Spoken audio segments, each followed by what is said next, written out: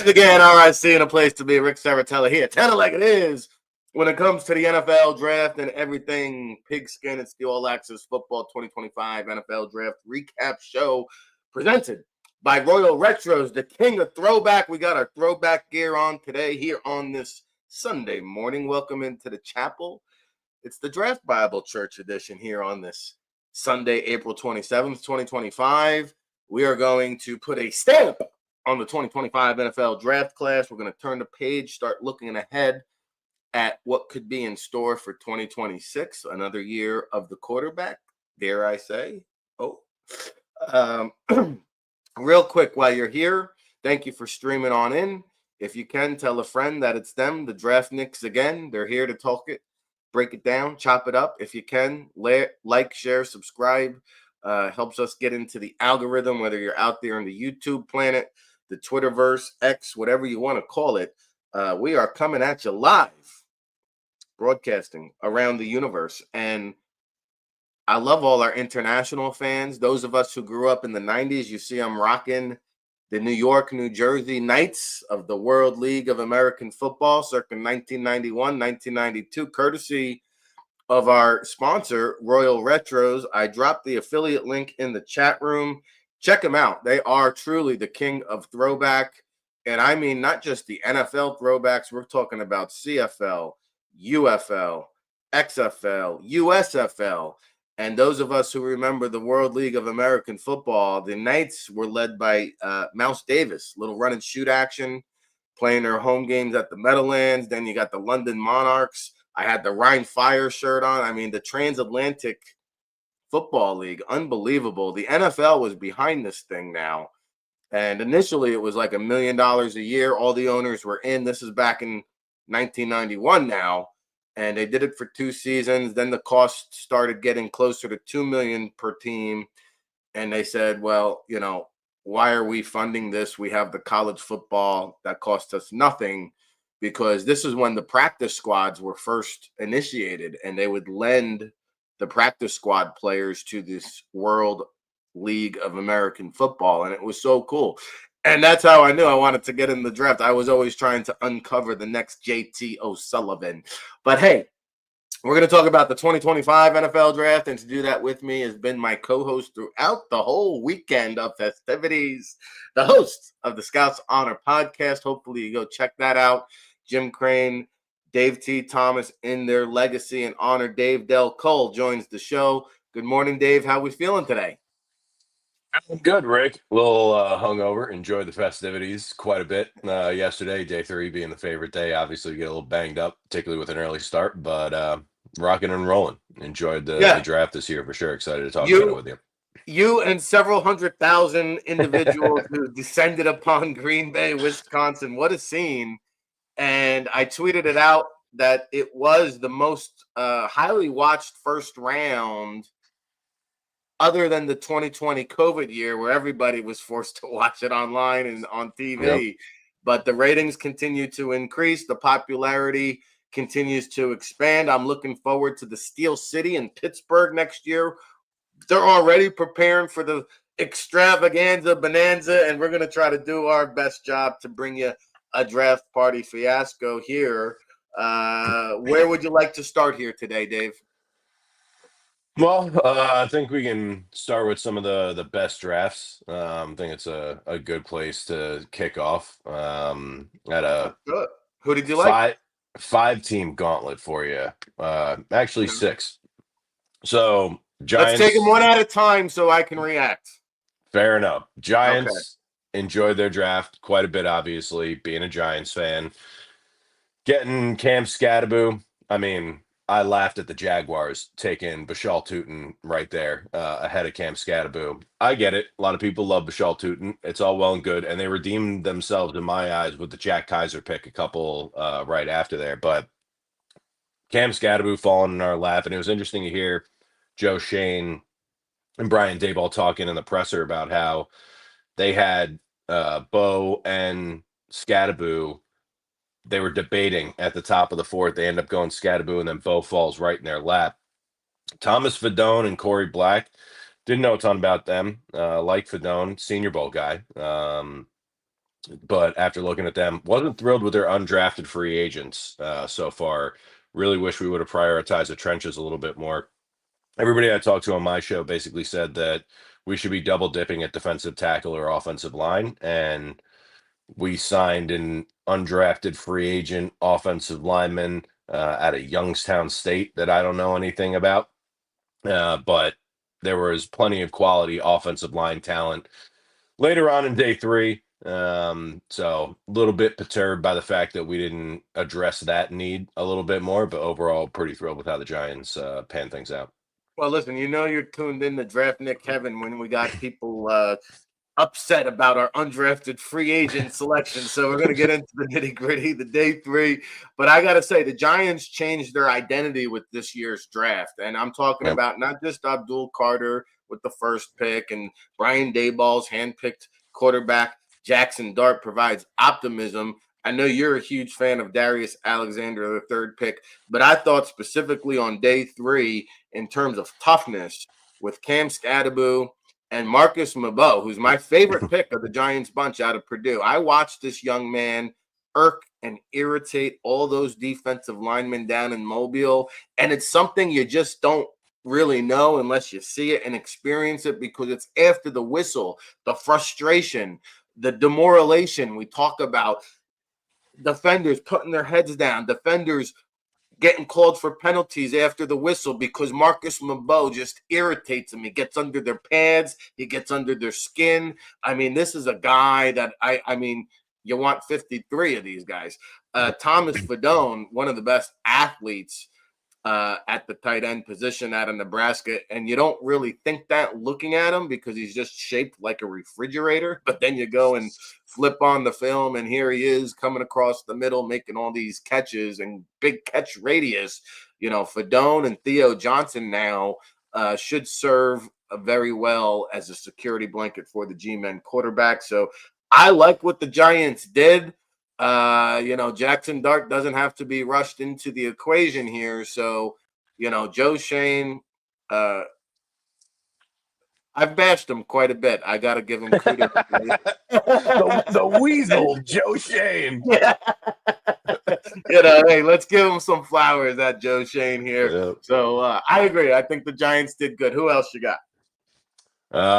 Next up on my list would be the Tom Brady-owned Las Vegas Raiders. I mean, these guys, there was all this talk that somebody was going to jump ahead of them, get Genty. They stay pat there at 6. They land their guy. They follow that up on day 2 with Jack Betch, who's one of my favorite wide receivers in this class. Darian Porter, who is one of my favorite corners in this class. They get a couple developmental guys on the offensive line there, and Caleb Rogers, Charles Grant. And then to start off day 3, Dante Thornton Jr., who you and I have talked quite a bit about. They find the value on day 3 on the defensive line with Tonka Hemingway and J.J. Pegues. And then they get a couple developmental guys, solid linebacker to close things out there in the 7th round, Cody Lindbergh out of Minnesota. What'd you think of their draft, Rick? Well, I noticed on day 3, they dipped into the gadget well there with Pegues. And then Tommy Malott out of Montana State, who's going to convert from quarterback to wide receiver. And I think this is kind of a foreshadowing in terms of what Chip Kelly brings to the offense, right? So you've got these kind of trick plays, Pegues lining up in the backfield, Malott. I mean, could you see Malott, Pegues, and Geno Smith all in the backfield at one shot? I mean, that could get crazy. So I think the Raiders are thinking outside the box. Cam Miller, who trained right here in New Jersey with our guy Tony Rasiopi over at the Test Football Academy. I know he was bent out of shape that Cam Miller didn't get the combine invite, but it doesn't matter. He got drafted. And so, it's a developmental guy. He's played in some big games there for the Bison. Now, these guys don't necessarily pan out at the next level. That's part of the problem, from Carson Wentz to Easton Stick, every other Trey one. Lance. Trey Lance. I mean, these North Dakota State quarterbacks haven't had a lot of success in the National Football League. But Tonka Hemingway is a guy who's been on our radar, it feels like forever. I think that was an under-the-radar pick. And Dante Thornton Jr., this is not a wide receiver 1. nor is he a wide receiver too. But if you remember another playmaking wide receiver out of Tennessee back in the day on those Cowboys dynasty teams, like Alvin Harper just went up and got it play after play. And I think Dante Thornton Jr. Is a big play waiting to happen.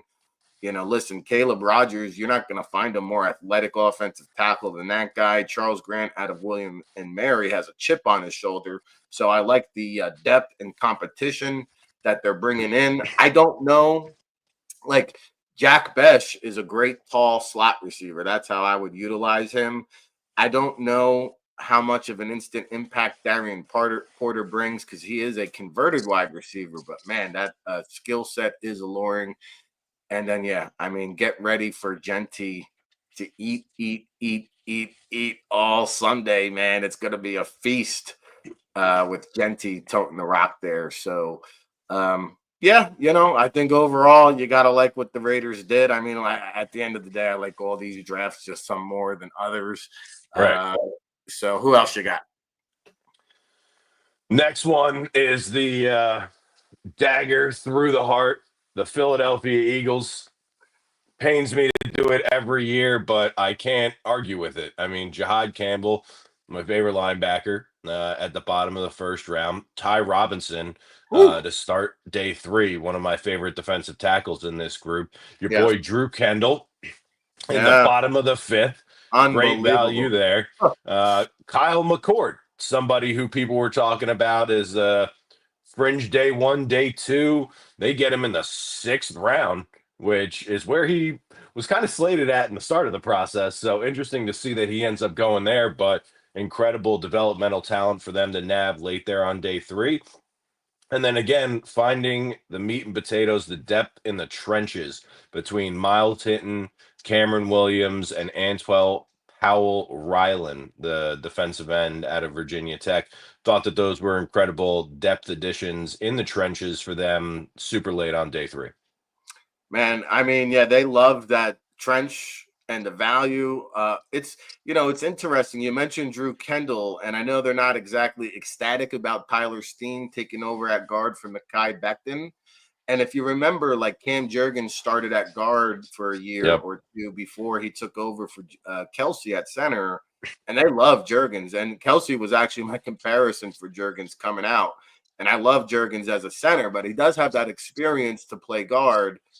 I suppose Kendall could do it too, but since you already have a guy who's done it, I wonder if Kendall gets a shot.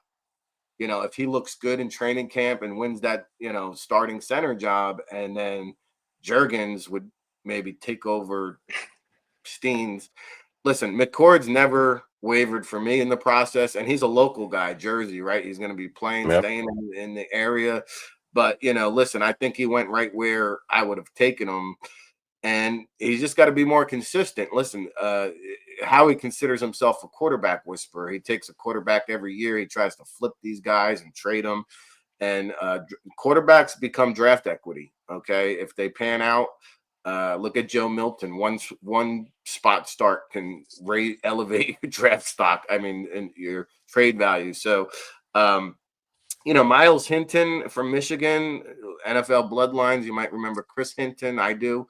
There was something there in the past. I remember, I don't know if he stepped away from the team and quit, or he was thinking about quitting football. So, love of the game, because Hinton on film to me was closer to a top 100 caliber type of player. But you got to question, does he love the game? How much passion is there? Those are real things. Cameron Williams got a lot of buzz early in the season, a lot of hype. I think he was dealing with some injuries throughout the year. So Smile Munden Jr. out of Georgia, this is a guy that popped on film, man. He just shows up around the football constantly. And you see they bet, day 3, you bet on traits like Mac McWilliams out of UCF, Ty Robinson. These are all traits you bet on the upside. So Macumba, he's going to compete. Like, it's funny. He's a turnover kind of Chauncey Gardner-Johnson type of safety who creates turnovers. So I thought that was a good fit. I was high on Billy Bowman. as my number 2 safety. I would have liked to seen that, but I got no problem with Macumba, a little bit longer, really good eye for the football. And so, Jihad Campbell, the only thing is here again, like Nakobe Dean is coming off an ACL. I think he's not going to be ready for training camp. I don't think Jihad Right. Campbell is going to be ready for training camp. Nolan Smith had kind of an up and down season for the Eagles. So coming into the season, that's going to be a beat up linebacker core for Philadelphia. But long term, it looks pretty good. Yeah, I agree with you there. And they love those Texas safeties. Didn't they take Reed Blankenship out of that program not too long ago? Well, yeah, he Pretty was sure. a Middle Tennessee State guy. I think he finished, but these guys transfer all over the place. It's hard to keep Yep. up with. Oh, yeah. But yeah, I was kind of surprised to see Makuba go that early. I mean, I liked his tape, but bottom of the second was a little rich for my blood. But if you needed a safety, I get it. I'm not going to doubt Howie Roseman. But moving on to another team that I enjoyed quite a bit. More limited by comparison to the last two in terms of the picks that they had, the amount of picks that they had, but the Pittsburgh Steelers. Hmm. Yeah, you saw Mike Tomlin come on. I watched the NFL Network programming, not the ESPN programming, and Mike Tomlin came on to talk to Rich Eisen at one point and was just like, "We wanted to get tough. We just wanted to get big, physical, and tough, and that's what they went after." And they sure as shit got it. Starting off with Derek Harmon, when a lot of people thought that they were going to go quarterback there. Caleb Johnson, a bruiser out of Iowa, the running Hmm. back. Jack Sawyer and Yaya Black Hmm. are two big body defensive linemen that can impact the trenches. Yeah. And then for a team that most people thought needed a quarterback, to get Will Howard in the 6th round, the Kyle McCord, Will Howard, Quinn Ewers falling late on day 3. Impressive value at that position. Expected the quarterbacks to slide. Didn't think they were going to slide as much as they did, but nabbing Will Howard the top of the 6th round was quite a get for them to be in that room with Mason Rudolph. We'll see about the whole Aaron Rodgers saga, how that plays out. But I liked Will Howard quite a bit in this year's crop for quarterbacks, and getting him at the top of the 6 was an incredible value to me. But love how they loaded up in the trenches, particularly in this draft. Well, they better sign Aaron Rodgers because this is a team that's built to win. And Right. I don't think that Mason Rudolph or Will Howard are ready to do that. And so, I hear you. Like, that's cool. They got a quarterback. But to me, I thought they kind of shot themselves in a foot, kind of speak, because now your whole season hinges on Aaron Rodgers signing with you or not.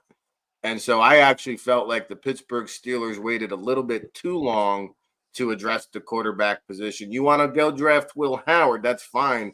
Maybe they should have gotten another one in there just to compete. And it's funny because, like, Will Howard, his comp for me was Mason Rudolph, a pocket passer, strong armed quarterback, right? Yep. Uh, Yep. I'm not sure I go to bed at night, though, envisioning either one of those guys hoisting the sticky Lombardi trophy.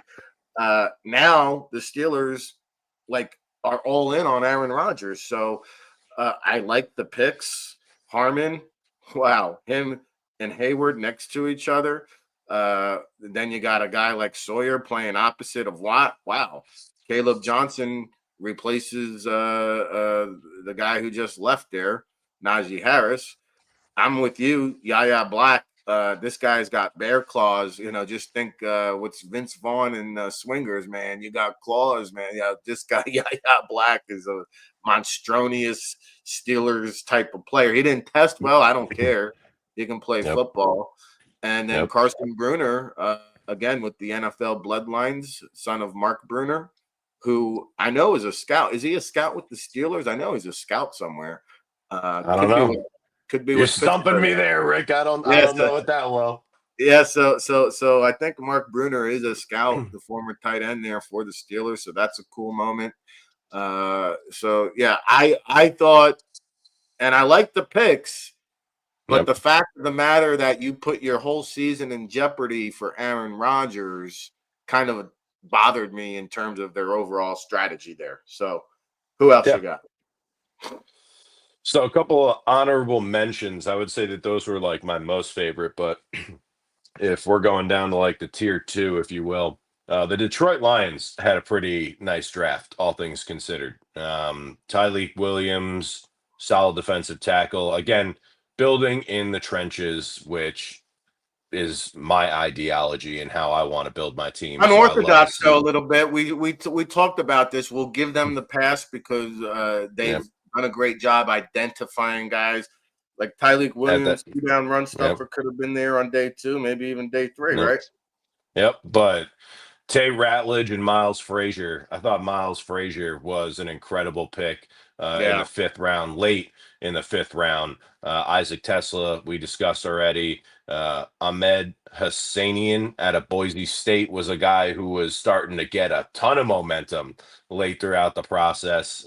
Who Quite I a few people believe, by the way, is the first ever Egyptian player drafted. wouldn't surprise me in the slightest. But and then the Dan Campbell pick of Dan Campbell picks, Dan Jackson, safety out of Georgia. I Yeah. mean, man, put him back there with Brian Branch. Let's see Woo. what those boys got. Yeah, that's going to be cool. And Dan Jackson's going to be one of the best stories of this year's draft. You know, what happens is a lot of times, sometimes not, like Carson Schlesinger, not so much, but a lot of times when you are, and Cam Ward definitely not, but sometimes you get labeled when you're a walk on. And especially at the safety position, it's like the NFL doesn't care how great of a player you are. You're this walk-on white safety. You got to prove yourself, man. And Yep, I thought he did down in Mobile. I mean, this guy was one of the most electrifying players the whole entire week at the Senior Bowl. I think he was on the all Senior Bowl practice team for whatever yep, that's worth. But I had Dan Jackson as like my number 4 safety in the entire draft. They got him at 230th overall. So that is great value. Miles Frazier can play all 5 positions. We talked about the Tesla in Motor City. yep, So, you know, hey, they certainly do a good job of identifying players that fit the personality and DNA of the yep. Lions, right? Right. The gritty, tough, hard nosed, like the Egyptian kid, Hassanian. Uh, there's not a whole lot of pizzazz to his game, but he's just going to come, put his head down, bull rush you, and just come at you nonstop, play after play after play. And so, At a and minimum, makes an impact on special teams. yeah. All right. You got one more, it sounds like. I do have one more, and we talked about them a bit yesterday. The Seattle Seahawks. Like what they put together, bunch of picks. They started off, with Gray Zabel, Emanuwari, Arroyo, and Milrow. They kind of were one of my top 3 on day 1 and day 2 there. But then to start off the 5th round, they didn't have any 4th round picks. But Riley Mills out of Notre Dame, if the medicals check out, which I assume they did since you're taking him that high, really like Riley Mills, the defensive tackle out of Notre Dame. They got some other guys, Robbie Oots from Alabama, the tight end, liked him Yes. a decent bit. And then Damian Martinez I kept seeing running backs flying off the board Great throughout value. day 3. And I'm like, what is going on? How are we bypassing Damian Martinez for some of these guys? They get him at the top of the 7th, which I never thought I would see that day. Most people I saw had him in the 3rd to 5th round conversation. So to get him at the top of the 7th, they like those late round Miami running backs up there in Seattle. Yeah, listen, I'll tell you what. Yeah, Travis Homer, I think, was another one of them. Yep, But if yep, you're an exactly. NFL team who needs a running back, I mean, I'd be calling Seattle for Zach Charbonnet because I mean, they've got Kenneth Walker the third. Now they add Martinez to that backfield. You know, when you look at what Seattle did, really, they took advantage of these value players who were dinged for their medical. Really, they you know, when you're a confident GM like John Schneider, you can roll the dice, and they they are. I mean, they're playing with fire here because let's be real, like Elijah Arroyo, Riley Mills, Torrey Horton, these guys all slid due to medical, Yep, and so there's some risk there. But if one or two of these guys pan out, the reward outweighs the risk. So, Emmanuel, we can agree to disagree on. I get it, the traits, the athleticism. I didn't love him on film. Too many missed tackles for me. But Legion of Boom. You're envisioning Cam Chancellor, right? If he maxes out his potential. So I Yep. understand it. My favorite pick here, outside of Gray Zabel, is probably Jalen Milrow. And I love the kid Oots because he's the only guy in this draft that can also line up as a true fullback if you want him to. Bryce Cable do out of Kansas, the late round pick, is a wrestler, very good hands in the trenches, great, nice grappler.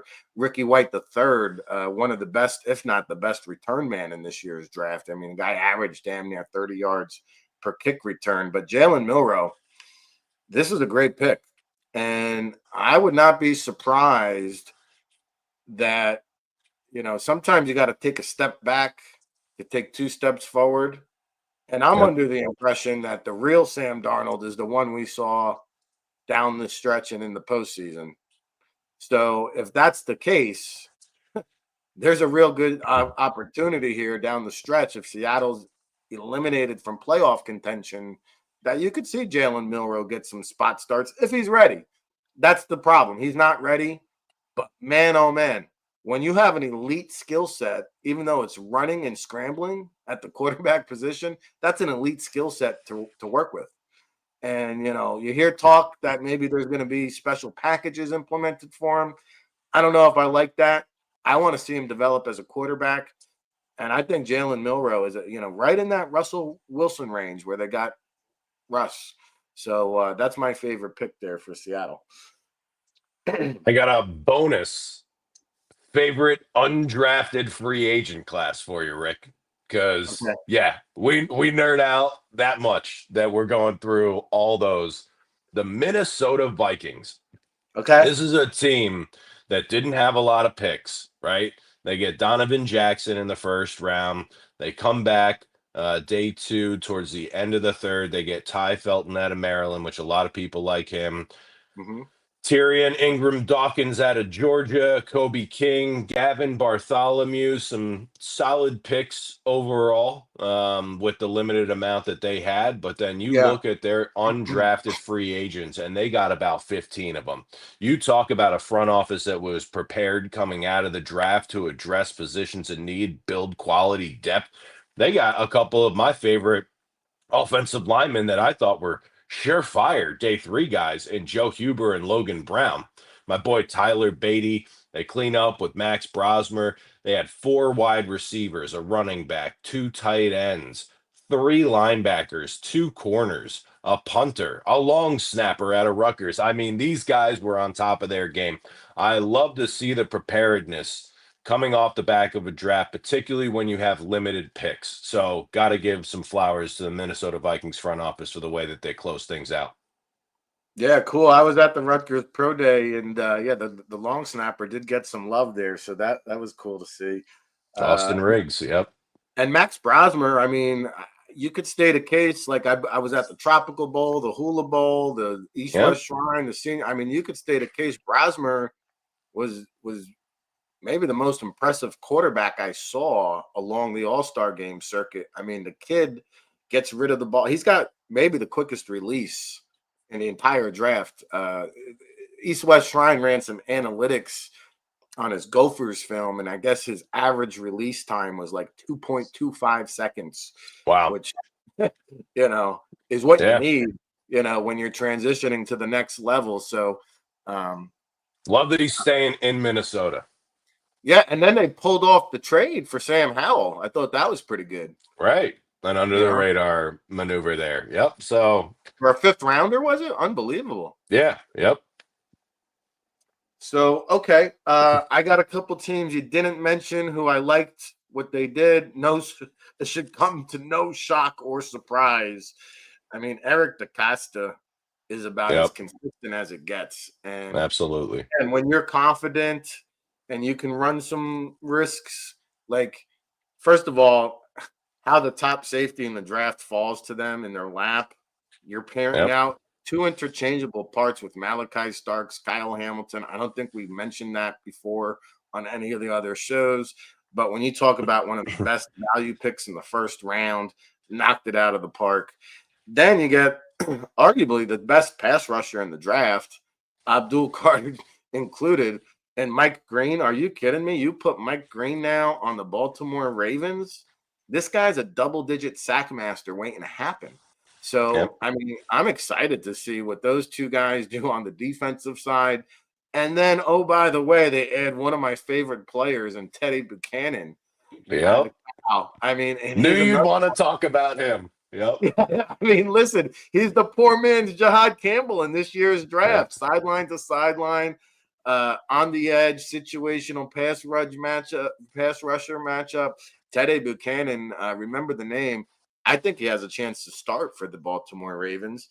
And I thought Emory Jones had a long career ahead of him as a right tackle in the NFL when I saw him down in Mobile. To get him at 91.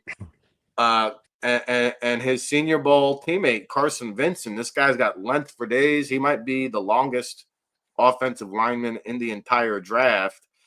I mean, I think they were the only team to draft a kicker. We know they got some issues there. Peebles, the defensive tackle out of Virginia Tech, I think he's one of the Yep. biggest overachievers in this year's draft. Your guy, Garrett Dillinger, with the Yep. final pick. And then LeJontay Wester, I think, just brings an interesting element from a kick return point of view. I thought Yeah. he was a dynamic return man. So I think Baltimore, they might be the team to beat in the AFC with this year's draft. I also liked Robert Longerbeam, the cornerback out of Yeah. Rutgers, down there late day 3 for them. But yeah, I mean, again, loading up on the trenches late in day 3 where there was a ton of value, getting Peebles and Dellinger, incredible picks for them as far as I'm concerned. And yeah, Baltimore pretty much goes without saying every year they knock it out of the park. Tyler Loop, never heard about Tyler Loop. The Patriots took the kid out of Miami, Oh, yeah, Andres Borregales. Yes. Borregales, which was an early one, but and they've been swinging and missing on their kicker picks. But Yeah, I you like would think they want Borregales. a cold weather kicker for the Northeast. But, I mean, Yeah, okay, so we'll see. I mean, hey, if DaCosta sees something in this kid, Tyler Loop, I mean, they got Justin Tucker, and we know he's got his own issues that he's having to deal with. So indeed. hedging that a little bit with a kicker selection, not a bad move for the Ravens. All right, now one other front office that has gotten some heat in the past, but I tend to like what they do. This Terry Fontenot crew in Atlanta. I Mm-hmm. mean, executing the James Pierce trade, I thought was one of the best moves of the draft, especially now. Like you double down with Jalen Walker. I don't know what Jalen Walker role is going to be, but I do know Atlanta needed to improve their pass rush. So you can unleash these two bloodhounds now on the defensive side of the ball. And then, like the competition at safety, I view Xavier Watts and Billy Bowman both as starting caliber safeties. And they go back to back, belly to belly at 96 overall and then 118 overall. So they've solidified their secondary there in the back end. Not a lot of picks to work with, but they had to wait all the way into the 7th round and plug your guy Jack Nelson at 218. I think that's tremendous value. We talked about it on yesterday's show. I think it was these Badgers offensive linemen are just coming into the league, well coached, polished on their fundamentals. So not a lot, only 5 picks, but I like the quality over the quantity for Atlanta, who I think is a team that's ready to kind of, if Penix pans out like I think he will, I think this is a team on the brink ready to compete with Tampa Bay for that division. It's funny how I like the Steelers. You didn't like the Steelers. There were some question marks. I was going through all these teams and I'm trying to figure out who didn't I like. Yeah. And the Falcons were the one that I didn't like. I like the quality of the picks, but I'm polar opposite with you on the James Pierce pick. I don't understand for the life of me giving up a first rounder next year to go up and get it. I get that he's a special talent there, at the end of the first round, and he could have gone in the middle of the first round. But when you're talking about a draft class that is incredibly deep on the defensive line, and that Giants, one pick before you, get away with murder and snipe that pick for a bag of chips with a couple of third rounders, giving up a first was quite a stretch to me. And I just think that if I have to criticize one team as like one of the most questionable moves, that would be it. James Pierce also has got a lot of question marks around him off the field. If you're, I don't buy that. I think that's a media fabrication, personally. do you? But All right, you know better than me, Rick. So no, I mean, listen, I think it's a valid point what you say. Compared to what the Giants gave up, you could say the Falcons got ripped off. But I viewed Pierce higher. I guess I saw him closer as a top 10 talent. I think he has the most ideal frame, perfectly molded defensive end frame. He can bend. He needs to learn how to finish. But I mean, the guy had like 20 sacks over the last 2 years in the SEC. I think there's a lot of traits that are going to translate. But I hear your argument. I think it's valid. But that's why, and I hate giving up draft picks, but that's why these are very subjective in right, terms of course. of, And they said we did it because we're looking at it like we got our first round pick next year this year. So they're assuming that James Pierce will be higher on their board next year than wherever that pick is going to end up and whoever the players are going to be there. If that happens, great. well, I will say we just unleashed the 2026 NFL mock draft over at allaccessfootball.com. There's a slew of edge rushers. I think there was 5 of them in that initial first round mock. We also had 5 quarterbacks going in that first round mock. We're going to talk about the 2026 NFL draft later in the show. Let's take a quick commercial break. We got Dave Del Cole, Rick Serritella chopping up, breaking it down. We'll put a ribbon on the 2025 NFL draft when we come back. We'll get into a little bit of the 2026 NFL draft and what that has in store. Hey, go to allaccessfootball.com. We've got a post-draft sale if you want to get the NFL Draft Bible and dig into all these prospects we're talking about.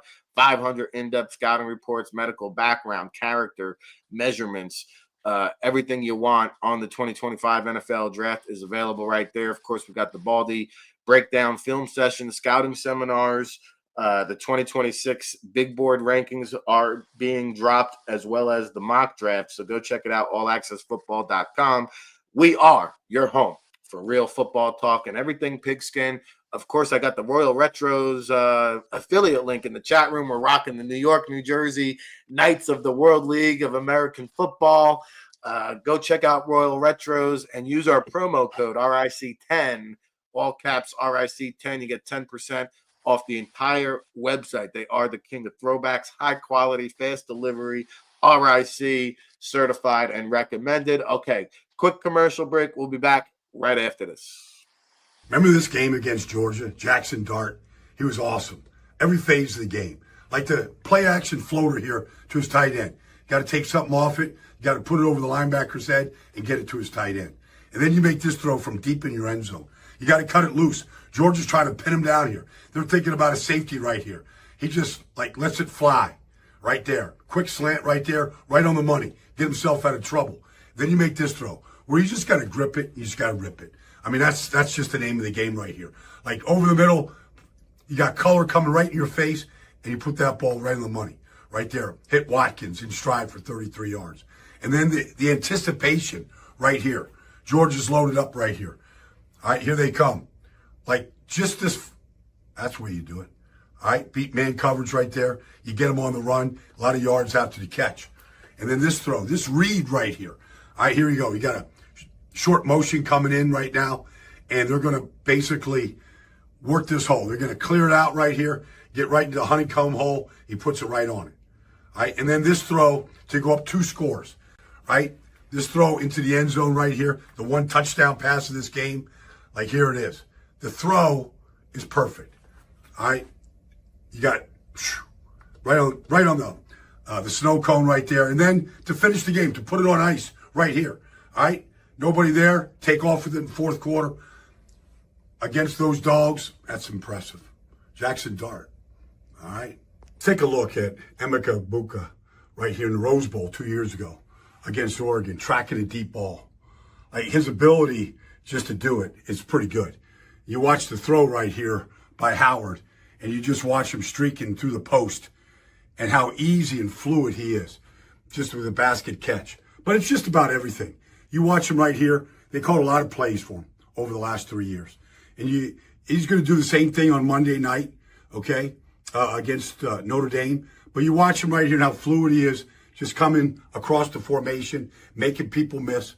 Like he's 6'1", he's 209. You watch him track this ball in the end zone. Remember this game against Indiana, 2 highly ranked teams, and you just watch him just tracking it, feet and bounds. I mean, it's just one play after another. So, like he's going to take the defense to deep water right here, and then watch him come out of his break. Fluid coming out of the break. On the sideline, toe tap. All right? I mean, he's got all the skills. You watch him right here in the slot. Watch him separate and then finish. All right? Put this foot in the ground. Bam. Just get that separation, and then right here. Right to the end zone. He did that a bunch against Michigan State. You know, against Iowa, probably the best game he ever played. You just watch it right here. And you watch him time this play-action pass right here, and then the burst to the end zone. All right, catch the ball right in front of the pylon. There's a lot to like right here. A lot to like about his ability. And you watch it mostly from the slot, but you watch this wheel route right here. I mean, it's just classic. All right, just positioning yourself, body catch, feet in bounds, 1 of 3 touchdowns in a day against Iowa.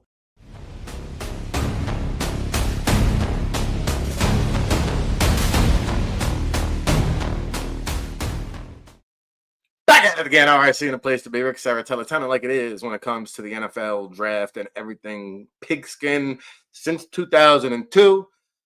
It's what we do here on this April 27th, 2025, wrapping up our 23rd year of independent NFL draft analysis. Go check us out over at allaccessfootball.com. You saw the Baldy breakdowns. We got lots of film sessions. We got scouting seminars. We got our 2026 NFL mock draft. We're going to get into some of next year's draft in a bit with my co-host, Dave Del Cole of Scouts Honor Podcast. Check it out in honor of Paul Crane, Dave T. Thomas. We're talking NFL draft. And here he is to join the mix. Boom! And Cole Glotz are doing a great job behind the scenes. Counting you down with Baldy, with all our pre-draft coverage, and of course the whole weekend here. This is our last show officially of the 2025 NFL draft cycle. The 2026 process has already begun. Dave, we did it again. 45 minutes into the show without a Shador Sanders reference. So we've got to at least address it. So, you know, the thing that someone said, the custom built draft room is a Netflix documentary in the making. They had enough cameras there that they probably already got it taped. So I just learned that I guess Shador Sanders streamed the entire 3 days. Really?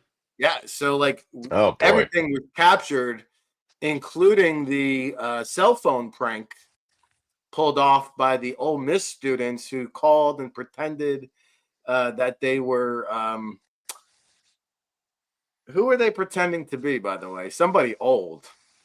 Yeah, so, I forget who. And somebody was like, yo, Shador, maybe you should pay attention to the details. Maybe that's why he's sliding. But but I thought it was interesting. There's a report that Atlanta Falcons, because, you know, if you watch that clip, Shador goes, well, I got a new phone just for the draft. Just for the draft. NFL personnel have that number because of this reason.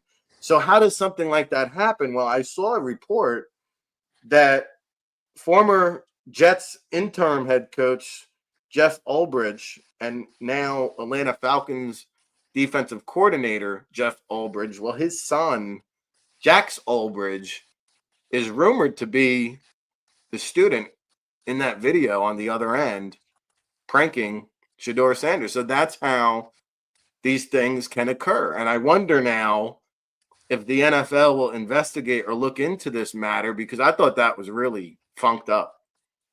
Yeah, there is a huge document that goes out. I've gotten it in years past ahead of the draft. I think it goes out to all the teams, and it's got player profiles, and it's got their emails and their phone numbers, and it's basically like a scouting report for the kids, but it has all their contact information so that you can call them and whatnot. Because yeah, some of them have specific phones that are draft phones. You see them like with double fisting phones. They got their personal phone, their draft phone. Yeah, that was a really unfortunate circumstance that played out. Those kids are screwed when their names come out.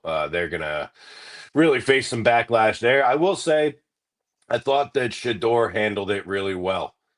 Yes, Even about as good just as you could. Yeah. and just the reaction that he had, thinking that it was real. You could have assumed the way that he was being characterized and the rationale behind him sliding being his temperament. The way that he responded on that phone call, even though it wasn't a real phone call, Yep. showed me that he's going to put his head down and he's got a chip on his shoulder and he's going to go to work. So I thought that he handled that very well. Jumping in the pool, I could do without after the fact. I mean, that was a bit much, but I get Mickey it. Loomis. I think they were pranking him to pretend to be Mickey Yeah, there Loomis. you go. Yeah. So yeah, I thought he handled it about as good as you possibly could. And then they're like, yeah, you're gonna have to wait a bit longer. And he's like, oh, okay, cool. And then he realized like this is a prank. Anyway, The fact that the video released with those kids, I mean, which one of those dumbasses decided to post that or leak that out to somebody to post? I mean, you delete that, you burn the phone, you chuck it in a river, you never see that again. But for that to get out, yeah, a little crazy. modern day jerky boys action there. Yeah. But let's talk about the football element of it, because your guy Bill Parcells used to say, Dave, when you have two quarterbacks, you really got no quarterbacks. Well, the Browns got five. And we could take. I think it's safe to say, even though like he's out there posting videos on social media, they're counting me out. I'm making a comeback. Yeah, okay, Deshaun Watson. I don't think it'll be with Cleveland. I don't put too much stock into Kenny Pickett. I think ultimately Joe Flacco will likely be the day one starter. Now, you go into training camp, I don't see how you get four guys reps. Now you got Dylan Gabriel's higher on the totem pole, so Shador's getting fourth string reps. This is going to be an uphill climb. Like, he's going to have to earn everything, and I don't know how you manage that and get a fair evaluation. We had 5 quarterbacks in CFL training camp, and I thought it was an injustice to the quarterbacks.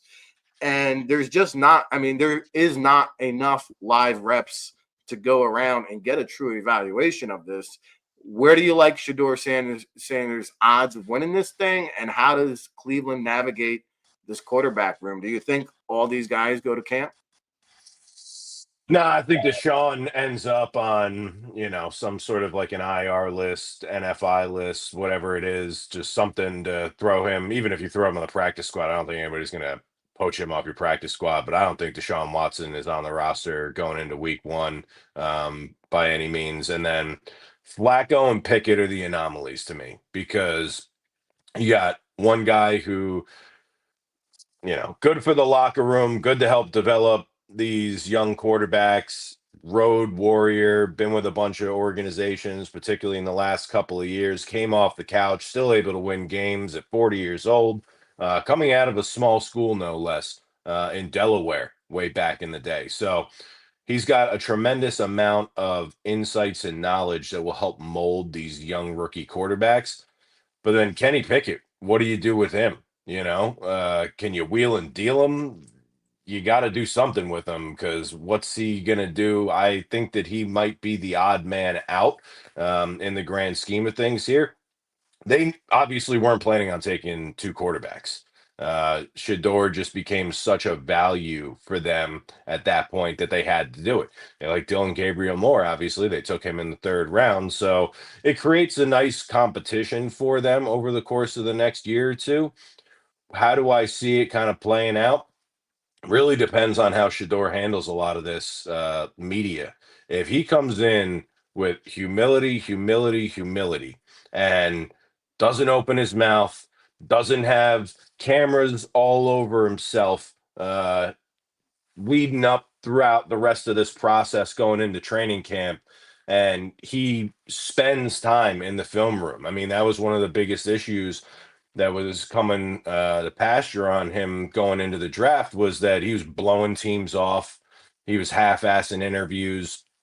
He's not able to recall packages that coaches like Dayball are giving to him in the moment. So you're not doing the homework, which there's a wake-up call in all this for him in that context. And it's a matter of, did he actually answer that call or not? So if he comes in more prepared, which is going to be an uphill battle for him in terms of absorbing the playbook, I think that's the biggest piece of this puzzle. Dylan Gabriel is going to be in that thing day one, and he's going to be studying. He's going to understand it. Had a great team at Oregon, was able to be the field general there, where Shador relies a lot more on his God-given athletic ability. So if Shador can come in and impress this coaching staff learning the playbook, I think he's got a decent chance at asserting himself, assuming that his play in the preseason and whatever reps he gets in practice showcase his talent and God-given ability. But ultimately, for me, it comes down to the playbook. But you got to get rid of Joe Flacco or Kenny Pickett, and I just don't know which one is going to be the better move, because you got two rookie guys. I'd rather Joe Flacco as a mentor by comparison to Kenny Pickett. Yeah, and he's had success in that Kevin Stefanski system, right? Yep. Right.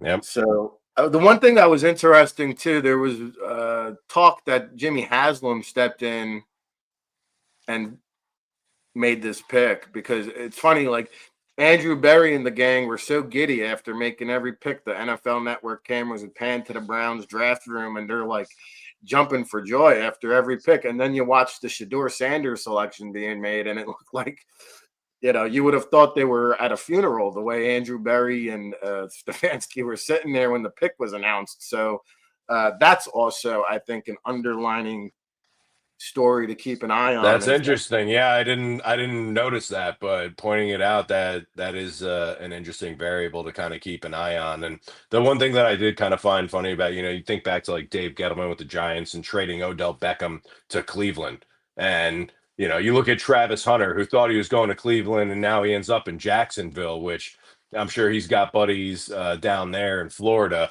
No state income tax, a lot to like about the warm weather of Jacksonville and not having to go to Cleveland. So not only was this a wake-up call for Shador, but you go to one of the least desirable locations out of all the NFL franchises. So it's definitely a double slap in the face he's going to wake up from. Yeah, and I think they dug up a tweet from Dion from a couple years ago saying, man, if I was a quarterback, I'd never go to Cleveland. I would demand a trade. Yeah, I mean, but hey, they were saying it's up to God and he'll put us where we need to be. Obviously, Shador needs to grow a lot, mentally, spiritually, emotionally. So we'll see how he faces this adversity going into Cleveland. But I could see him getting frustrated quick. It's going to be a real test for his short fuse, right? Because you're going to have to deal with a lot of tough media questions. You're living in Cleveland, of all places. You went back half of day 3 when most people saw you going day 1, day 2, max. This whole media circus that evolved out of all this. He's got a lot to answer for. There's a lot that I could see setting him off. And if he can control that, if he can harness that and put it into his play on the field, that's where I think he could be successful. But there's a lot going against him, a lot of headwinds for sure. Yeah, I think Cleveland is somewhat of a tame media market. I mean, Tony Grossi, Mary Kay Cobbett, I guess, are going to put Shador to the frying pan. But our buddy Chris, no longer in St. Pete, chimes in saying Rick was wrong about Sanders. Well, welcome to the show, Chris, no longer in St. Pete. We addressed that actually before the draft, and I did conclude that after watching the Joe Shane presser and his body language and being unable to conceal his grin when speaking about Abdul Carter. I did admit that I believe the pick was going to be Abdul Carter Jr. Now, if you want to say I was wrong about my evaluation, I will say while the NFL judge has spoken, the jury has yet to be decided, because I believe personally Shador Sanders is going to go in there and beat out all these bozos at some point next season and will be the starter for the Cleveland Browns. And I do think he can still go on and have a superior career to Cam Ward. So I'm not going to waver in my assessment. Now, I didn't get a chance to sit down with Shador Sanders for 15 minutes behind closed doors and have him spit back a play or ask him about his study habits or, experience firsthand. I've witnessed it. His entourage, what does that look like when he rolls up into your facility? Like you said, Dave, with the cameras and the reality show and the constant live streaming, does that wear on the Browns when they're essentially having a Sanders version of Hard Knocks being produced every day? You're right. Like, it's time to cut it with the legendary crap. Let's grow up and move on. You're not legendary when you go in the 5th round. That's a status you've got to now earn. You can't just give that to yourself, right? And so Chris, no longer in St. Pete, asked, do you believe Sanders and the Giants had a really bad meeting? I do.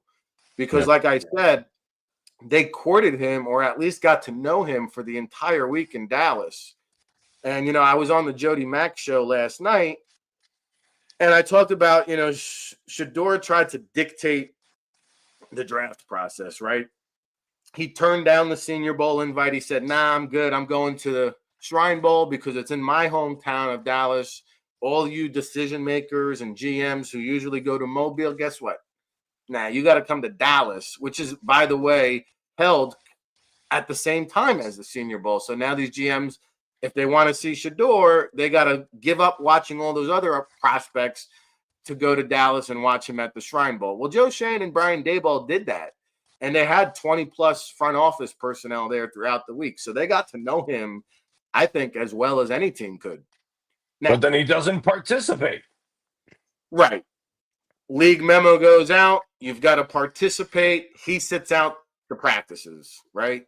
He opts out of the combine. He opts out of the Big 12 Pro Day. He does a showcase well after all the other pro days have been completed. So there was this kind of arrogance like, hey, I don't need to conform to the draft process. You guys are going to have to adjust to my schedule. And so was that enough? I think it was that, plus the accumulation of the poor interviews, not being prepared. Dave, I don't know if you have insight. I guess he couldn't spit back Dayball's, kind of put him on the whiteboard and quizzed him. And, Sanders, I guess, got a little bit testy. I don't know how true that is, but I'm not in the room, but you saw from Hard Knocks last year and the way that at the combine, he's throwing packages at them, giving them verbiage they're not familiar with, and he's doing this with all the top quarterbacks, and they showed it on HBO. And when they would be able to recite it back, Daboll was giddy as a motherfucker. He couldn't contain his excitement because he's like, I need intelligence. My offense is complex. So for somebody who, again, you come in pompous, you're legendary, you're all these things, you sit out all these opportunities to showcase your talent when it's not a sure thing that you're going number one. If anything, you need to try to fight for that number one spot with Cam Ward, who, by the way, participated in things throughout this process. You don't. You bomb the interviews. You can't handle the mental gymnastics that they put you through in these interviews. Leaves a lot to be desired. All right. Well, we put a ribbon on Shador Sanders. The saga continues. Rookie mini camps in May here coming up. On our rundown, we kind of addressed the worst drafts with our best drafts. Did you have anybody else you wanted to highlight? No, I think the Falcons were the one that I had there. So the fact that you already brought them up and we kind of ran through that, I thought, all in all, particularly going through day 1 and day 2. I was talking to one of my buddies who works for the NFL, and we were in agreement that a lot of the picks went to great homes. Like Yeah.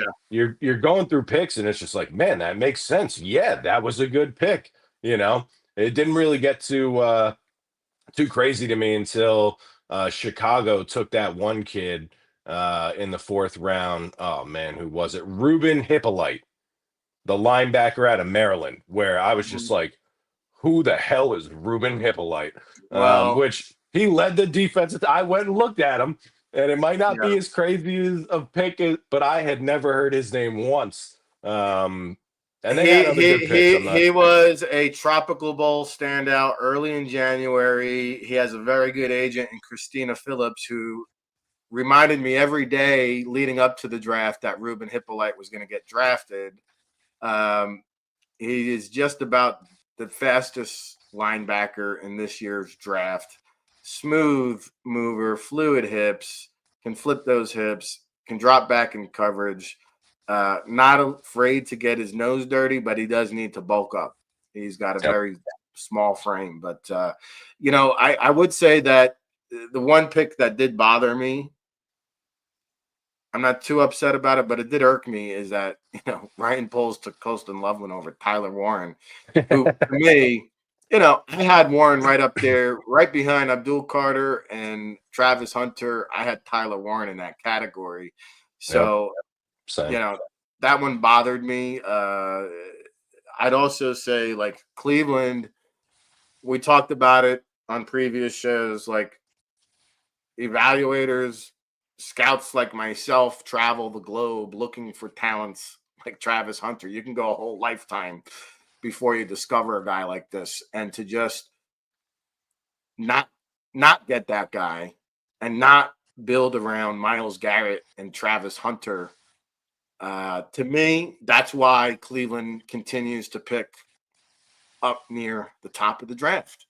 I mean, the whole point of this exercise is to accumulate blue chip foundational cornerstone building blocks. And so to give that up to stockpile picks, I can guarantee you this: none of the players they select with the picks they acquired will ever be as good as Travis Hunter. He is Mm. one of the best premier players I've ever evaluated in 23 years of doing this. You just don't give up on talent like that unless maybe you're getting a franchise quarterback, which they did not. I just can't justify it. So I would say that kind of bothered me.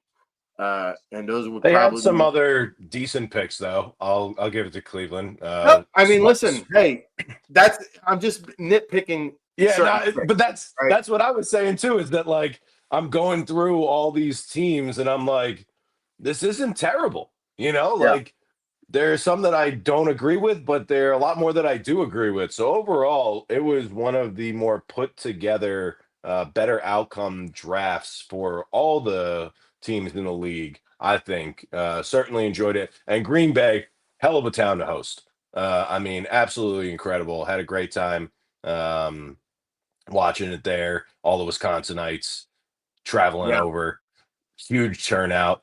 My brother-in-law was there. He lives like 2 blocks away from the stadium, and he had a blast. Great town. Looking forward to Pittsburgh next year, but shout out Green Yeah, a Bay. lot of local flair, a lot of flavor with the Wisconsin Badgers. I thought that was cool. Yep. And hey, we love getting interactive with it here on the All Access Football 2025 NFL Draft Recap Show presented by Royal Retros. In the chat room, you'll find the affiliate link RIC10 to save 10%. And we love getting interactive. So shout out to Chris No Longer in St. Pete. If any of you guys have questions, comments, concerns, criticisms, Chris says, I'm excited for this year. There wasn't many head scratching picks for once. Well, you and Yep. Dave Bell Cole both. If you're just tuning in or missed the top of the show, we let off with our draft winners, and the Giants were the first team that we discussed. We went through each and every pick, so kudos for that. I also joined Paul Dottino earlier in the week on his YouTube show, Locked On Giants podcast, I think it was. We recapped the first day and went in depth there. We had kind of foreshadowed the Cam Scatterboo to Giants selection as well. I don't think anybody was more excited on a camera than Paul was. You see that video of him and Schmelk? Oh man, that was awesome. I didn't get to see the live reaction or oh, it's good. Check it out. I will definitely be checking that out. I know we were gonna get into some of your favorite picks from yesterday. Yep. Did you have some names for us, Dave? Yeah, we've covered a lot of them, but I'll run through the list with you. Cam Scatterboo, obviously, incredible value. Ty Robinson to the Eagles there at 111. Danny Stutzman right after that, the linebacker out of Oklahoma. There was quite a run. I believe we talked about it yesterday, that there was an expectation that there was going to be a run on these linebackers. Danny Stutzman, Barrett Carter. We talked about Jack Sawyer. Jeffrey Bassa going to the Chiefs at 156. We talked about Yahya Black and Miles Frazier already. Tyler Barron going to the Jets at 176. I like Tyler Barron a lot. I think that he was kind of under the radar by comparison to the value that I thought he brings to the table. We talked about the Raiders and the Eagles already. J.J. Pegues, Kyle McCord, the Steelers with Will Howard. How about Warren Brinson for the Packers at 198? Jack Nelson we addressed with the Falcons already. Damian Martinez to Seattle at 223. Dan Jackson to Detroit. Couple of late round running backs. Kyle Manaji to the Bears at 233. My guy Phil Maffa to the Cowboys. Not thrilled that we've got to try to tackle the bowling ball that is Phil Maffa to the Cowboys at 239. Ja'Cory Krosky Merritt to the Commanders at 245. Garrett Deliner, we talked about, to the Ravens already. And then rounding things out, Luke Lachey to Houston at 255. Almost Mr. Irrelevant territory for the Iowa tight end. And then the only one that I wanted to kind of give a shout out to as well, Baron Sorrell was a cool story. This kid had been sitting in the green room, if you were watching the draft, and he goes out there and the commissioner still announces the pick. And for him to get drafted by the Packers after sitting in that green room and then being able to go down and hang out with the fans and take it all in, and he's at the stadium, you know? I mean, it was such a cool moment. And I like Baron Sorrell quite a bit. Strong as all get out, 28 reps on the bench. Strength is not an issue for the product coming out of Texas. So definitely going to have a chip on his shoulder. Glad he stuck around when a lot of times when you don't get picked on day 2 and you're in the green room, you pack it up and go home and tail between your legs. This kid didn't give a shit about that. He hung out. He enjoyed the moment. And for it to be in Green Bay was spectacular. So I love to see that for Baron Sorrell. Yeah, that was like a Heinz 57 commercial. Good things come to those who wait. Such a cool moment. Matthew Golden, too, was another cool moment. You talk about Green Bay. I guess the one thing that ticked me off, though, like they spent a lot of time on that, and then all of a sudden they came back and like 15 picks came off the board. I was like, oh, okay. Like they didn't. Well, he was also looking for the jersey, and then Roger Goodell's like, "I'll give you the card, but I don't got a jersey." The jersey people left 2 days ago.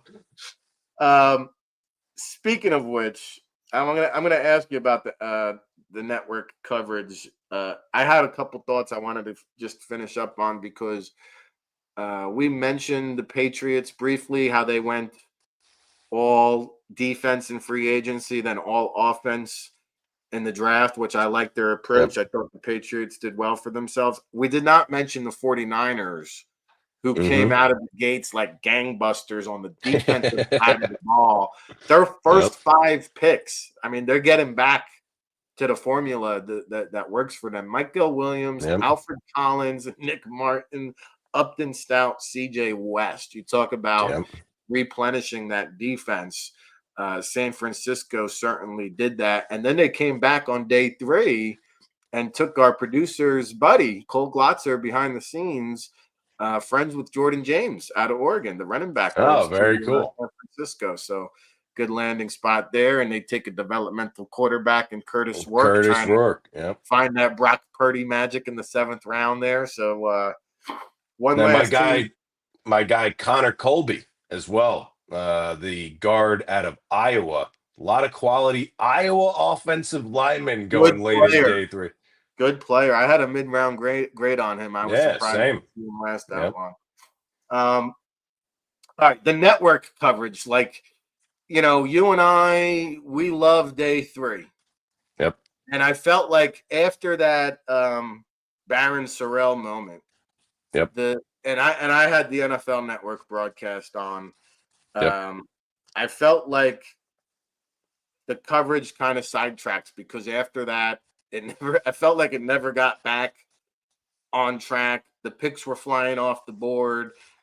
10, 12 picks would go by. They wouldn't even mention it. Then when they would go back and talk about it, they would gloss over a lot of the players who were selected. They went to the studio coverage with our guy Baldinger and Rhett Lewis and MJD, which I don't know. It just seems like Daniel Jeremiah doesn't prepare for day 3, doesn't know much about these guys. But I thought at least the NFL Network day 3 coverage was lackluster. Or do you believe that, like, to me, it's the diehards that are tuning in to day 3 that want to know about those guys? I feel like they always kind of insult the viewing audience and don't talk about these guys. I feel like the fans are craving to know these guys, and they don't really talk much about them. Your thoughts? Well, I think that a lot of fans only care about the prospects that go to their team. So most people are not lunatics like you and I, where we study. I mean, you do it more for a living. I just do this as a hobby. I don't make any money off of this. This is just pure passion and love for the game and scouting overall. So, yes, I feel that way like you, but at the same time, do fans necessarily care about every single highlight tape and what the breakdowns are? They just don't have enough time because they got commercial breaks. They shouldn't be doing the commercial breaks. That's what really hoses them up.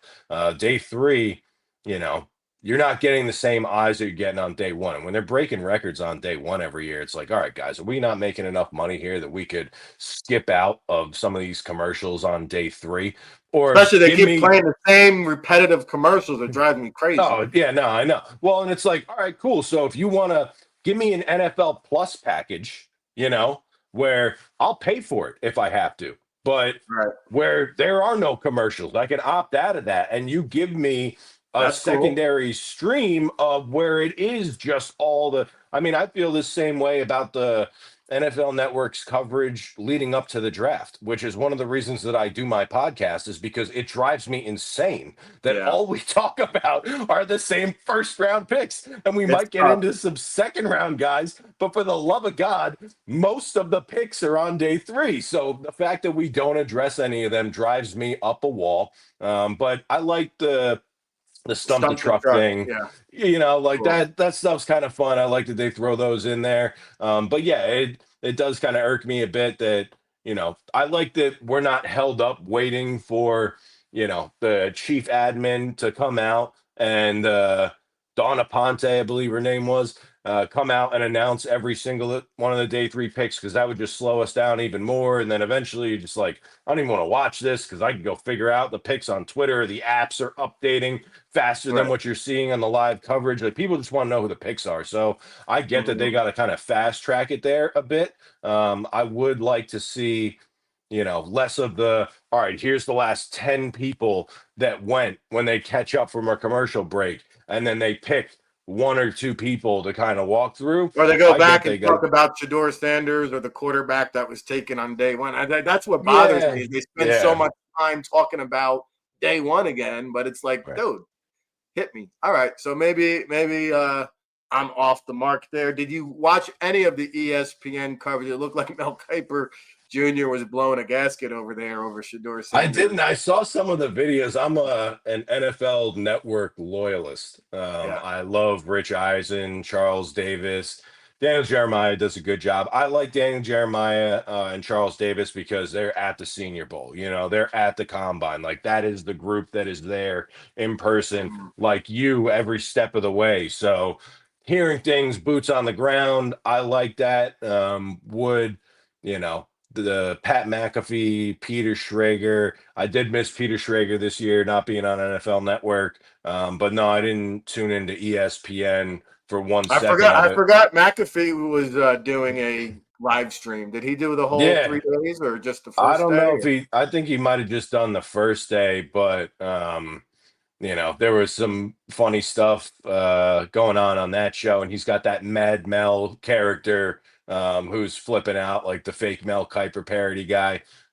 So definitely probably more entertaining on Right. ESPN. If you want the entertainment value, go tune in over there. But I'm more boring. I just want to hear the guys who have been there every step going through it. So I stick to NFL Network.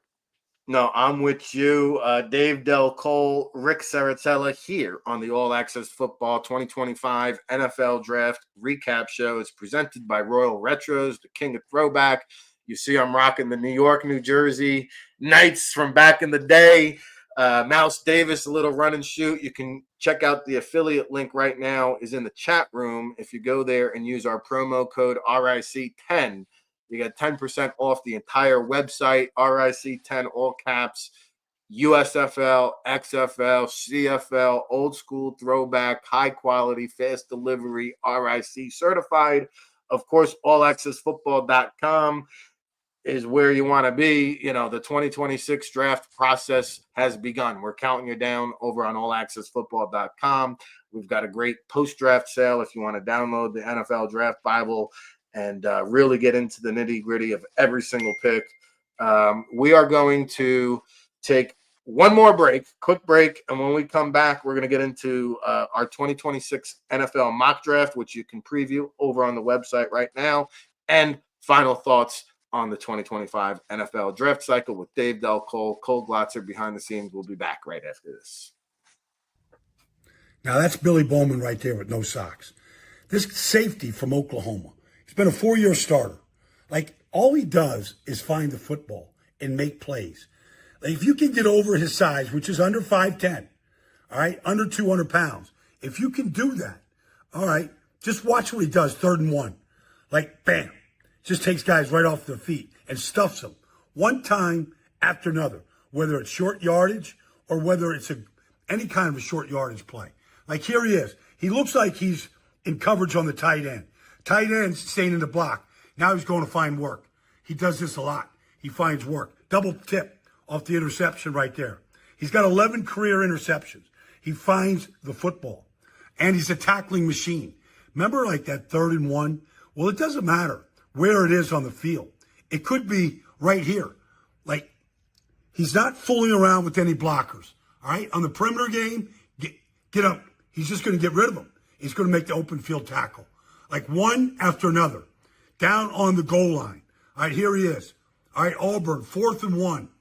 At the 1, here he is. Here's the tackle. Bam, all he does is just make splattering tackles. Splatters guys. All right, and I said he's got 11 career interceptions. Here he is, disguise coverage. All right, disguise Tampa 2 right here. He's outside the numbers. Again, the ball's tipped. All right, overthrown. He's coming up with the interception. And then he's looking to splatter players. Doesn't matter what the name on the back of the jersey is. You watch him right here in the middle of the field, and Luther Burden is going to take this ball right here. Talented wide receiver. He's getting everybody lined up, and he can't wait. He can't wait to sprint and blow Luther Burden up. Send him right into the Gatorade bucket. That's what he does. That guy is an enforcer. Let's go back to 2023 when Ollie Gordon was the best back in the country. Here he is against Kansas State, over 1,700 yards. And you watch him right here, and he has a big back, but he has light feet. He plays, because of his feet are so good, he plays fast. So you watch this, the counter tray to the left. This play, though, can break anywhere, depending on your vision and your feet. So everything's going left, but he sees the cutback lane here. All right? And then he just gets on the moving sidewalk. And he takes it 33 yards. And he's hard to bring down. I like a big back. I'm talking about a guy 6'1", 228 pounds. I don't really care how fast he is. Because of his size and because of his ability to do this. In traffic, make this cut. He does it all the time. And then the stiff arm. to finish. He finishes his runs. So you watch him against West Virginia. This is an 8-man front. I mean, this is what he saw all year. Like, let's stop Ollie Gordon. We'll stop the Cowboys. All right, but there's the cut. And then there's the breakaway speed. All right, big back. Big back that can pound you like you go bedlam here. All right, he gets leg whipped here. He gets tripped. Everything right in the hole. Here we go.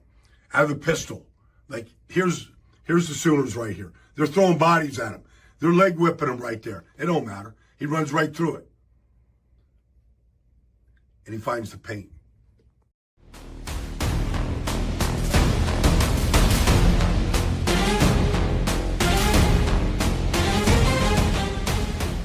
Back at it again. All right, seeing a place to be. Rick Serritella, kind of like it is when it comes to the NFL draft and everything. Pigskin. I can't thank everybody who has tuned in for all of our draft coverage this year, all of our draft coverage for the past 23 draft cycles. We're here putting a ribbon on the 2025 NFL draft. It's all presented by Royal Retros, the king of throwback. Check out the affiliate link in the chat room and use our promo code RIC10 to get 10% off the entire website. Buckle up. Hey, listen, we're going to get into our final thoughts a little bit on the 2026 NFL draft. If you go to allaccessfootball.com, you're going to see our 2026 NFL draft rankings. And we are an independent media platform. So, I mean, when I tell you thank you for supporting the cause and staying true and being a loyalist, like, I cannot thank you guys enough from the bottom of my heart. I mean, it means so much. We've been on a great journey the last several years with hanging out with the Edmonton Elks. You see the Elks hat last year and doing the college NFLPA Collegiate Bowl All-Star game for 5 years. And now back bringing you the Draft Bible and year-round coverage of the NFL draft. So if you want to do us a favor while you're here, help us out in the algorithm, won't you, my friend? Can you smash that like button? Can you subscribe? Hit the little bell if you're on YouTube. Maybe you can tweet or share if you're on Twitter. We're trying to get our algorithm weight up, okay?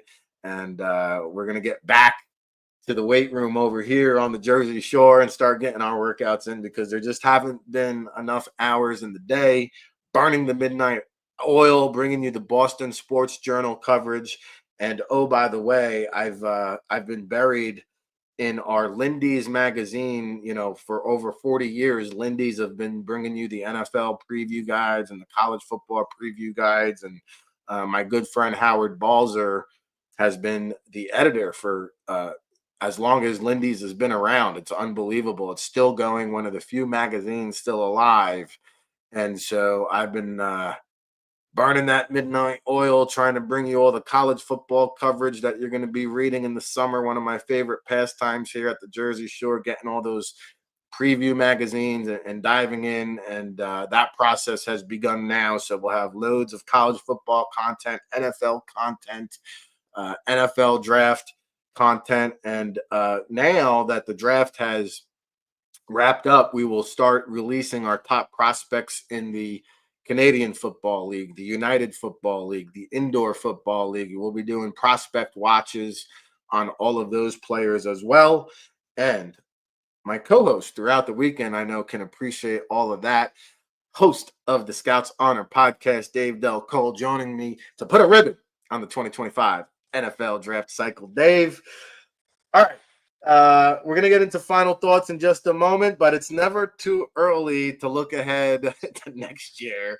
And where do you get a load of this quarterback class next year, Dave Del Cole? I'm just telling you. Again, the 2026 mock draft is up there on allaccessfootball.com. And it's the year of the Arch Manning, of course. Now, There's a lot of talk about, Arch is going to stay in school. He's going to get his degree. He's going to stay the duration there in Austin. But I got to tell you, at one point when Quinn Ewers was down and Manning start making those couple of spot starts, I mean, Vegas had him listed in the Heisman Trophy odds. So a Heisman Trophy campaign could surely alter the thought process of one Arch Manning. He's made a significant amount of money being a backup in Texas already. But I guess let's start with the quarterback draft class. Looking ahead there, Dave, what's your thoughts on it? Well, first off, Rick, I'll tell you, this is the first time I've gotten ahead of a draft class this early. I am not doing this year-round cycle. Craziest thing, I don't even watch college football. I don't enjoy watching college football. I start to get into the scouting process around December and then into the bowl games, the college football playoff, which leads to the all-star circuit. And then I cram like it's the SATs every year and just pretty much lock myself in this room every single night until my eyes start to bleed, watching tape, going through names, trying to figure all this stuff out. But in advance of this show, I did take a glimpse. First time ever for me. Normally, today, I'm shut down. I'm resting and I'm recovering and I'm looking forward to my break. But since we're doing the show, since we're looking at it, the quarterbacks in particular, you got Arch Manning, who everybody is going to be obsessed with. You got the Drew Allairs and the Garrett Nussmeyers, which a lot of people had slated as first-round prospects. Drew Allaire, obviously, did not look great in the college football playoffs, which good thing he's going back. We'll see how he kind of turns the tide around there after losing a lot of the starting 22 on that Penn State team.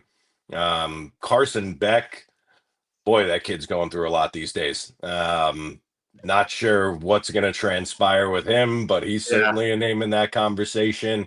A couple guys that I wasn't familiar with, Cade Klubnik at Clemson and Sam Levitt at Arizona State. Maybe you can tell me about these kids.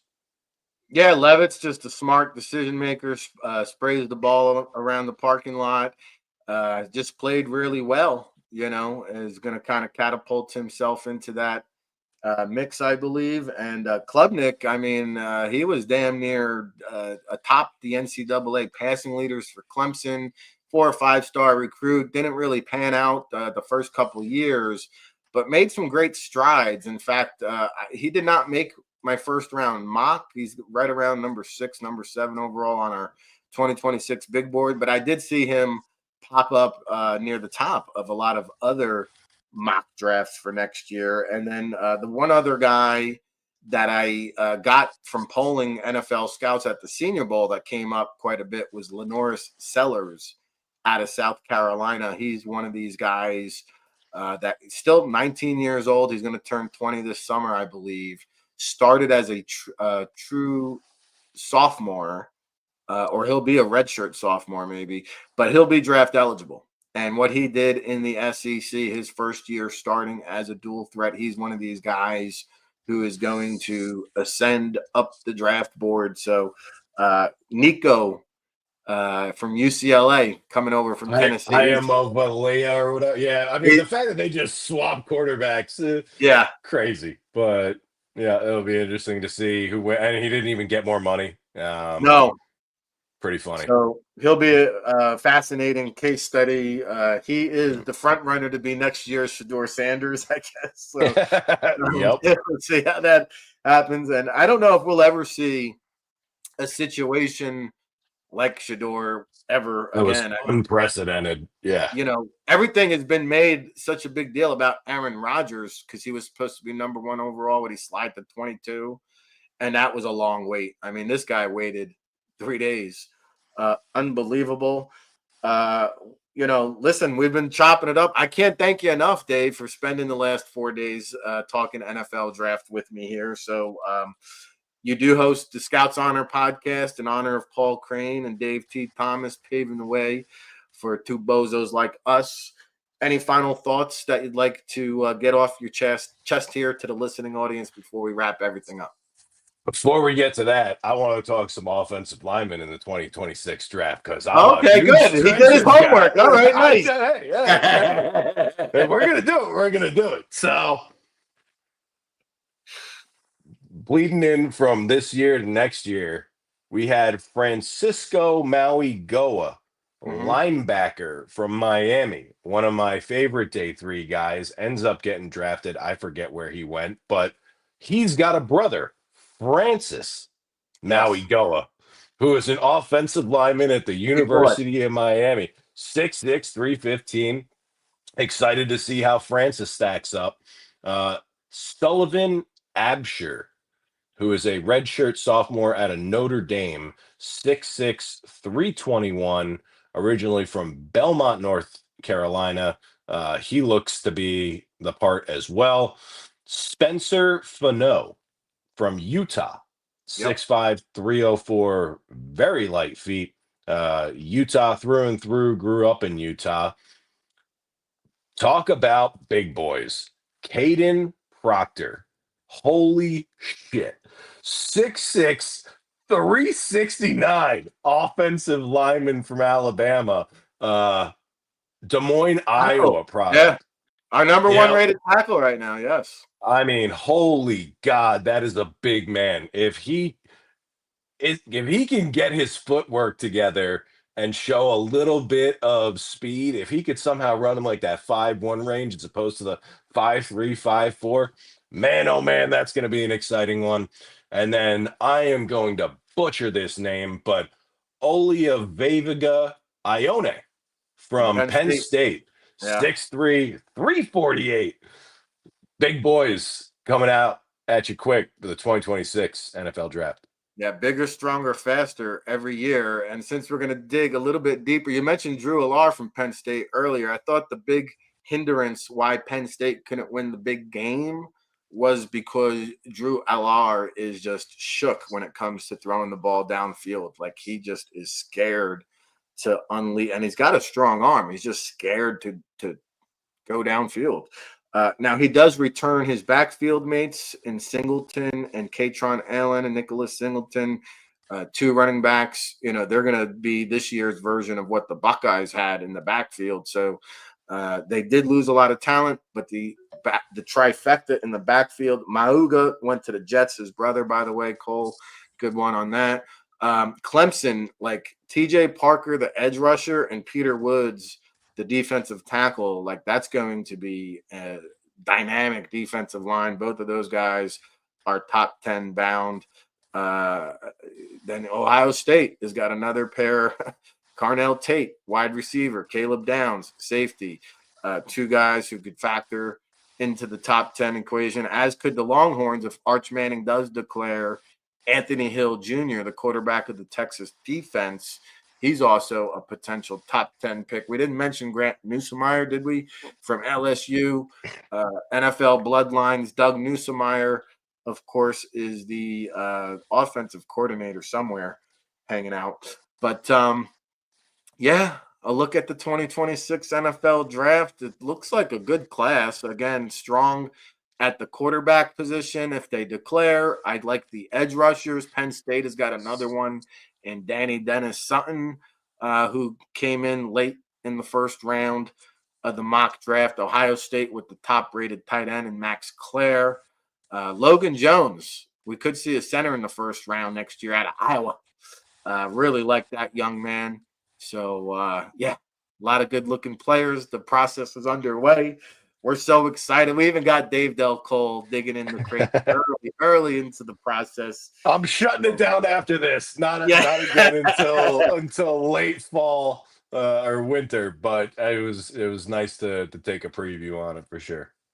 Cool. So final thoughts. Tell the people at home you do have a lot of great content on the Scout Honors podcast. Anything else you want to touch base on? Yeah, Scouts Honor Show, as we've been saying, is an homage to Dave T. Thomas, the best to ever do it. It was an honor and a privilege to be able to take that over after he passed. Taught me everything that I know. I owe everything to him. So, yeah, check it out. It's more Giants specific these days by comparison to how it used to be with him. He was so plugged into everybody around the league that he knew, Jordan Love was going to the Packers long before anybody, or that Kyle Duggar was coming out of Lenore Ryan and going to the Patriots. He was just plugged in a way around the league that I don't think I will ever get to. I'm pretty certain that I will never get to. But it's something I do pretty much just throughout the month of April. I try to add more guests year over year. You were a new guest this year. The guys from Giants.com, Paul Dottino, John Schmelk were new guests this year. And then we have some other scouts and Giants fans that are on a rolling basis for us. But yeah, it's something fun. If you're into talking football or day three prospects, we try to focus more on the later round guys because you can hear about the first and second round picks on every other show that's possibly out there. There's a bajillion of them. But outside of that, I just want to give you kudos, Rick, because it's been a blast chatting with you throughout this cycle. I really appreciate all the work you do. I love looking at the draft Bible and the fact that you have your own unique opinions and takes on everything. You're not just another puppet over here spewing the same shit that every other person is. I like that you go out on a limb and look, sometimes we're right, sometimes we're wrong. That's how it goes. But it's all part of the fun in this process and leading up to it. Nobody's going to bat 1,000. Nobody's going to bat 500 for the most part. But you put in the work, you put in the time, you see what happens, and hopefully your team gets better. But really appreciate you having me on. I've never been so deep into the weekend coverage as I have been this year.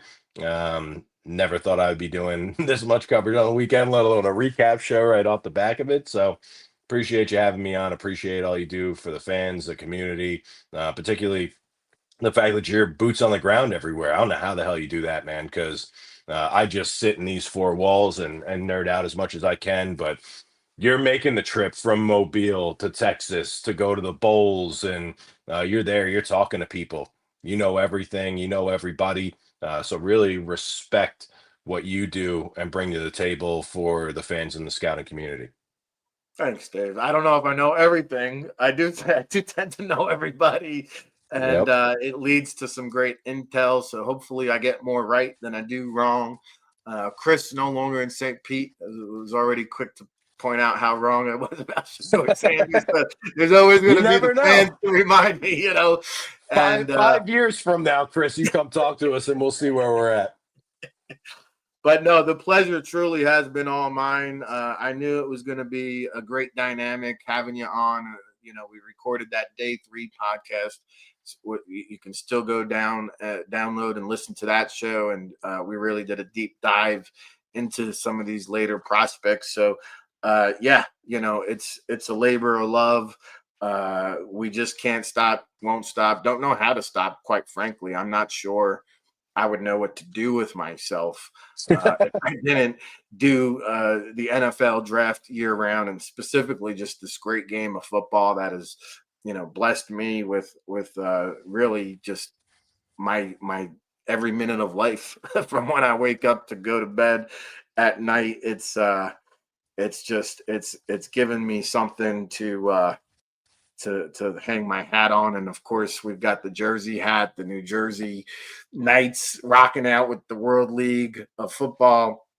One more shout out to Royal Retros for their support here on our draft coverage. So the affiliate link is there, RIC10, to get the promo discount.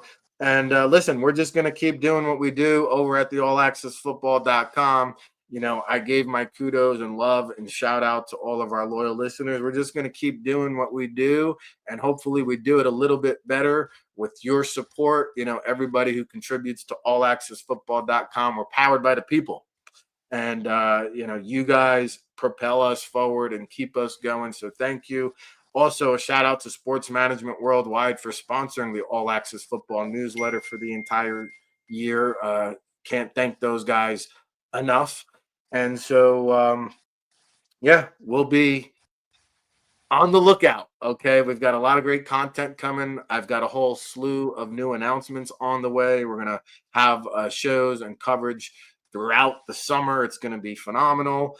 And just counting you down now, we're 364 days away to the 2026 NFL draft destination, Pittsburgh, Blitzburg. We're coming. And shout out, of course, to Cole Glotzer behind the scenes, who has produced every show for this draft cycle. Of course, all our great coverage with Brian Baldinger and Dave Del Cole. For Rick Serritella on this April 27th, 2025. We'll catch you next time, everybody.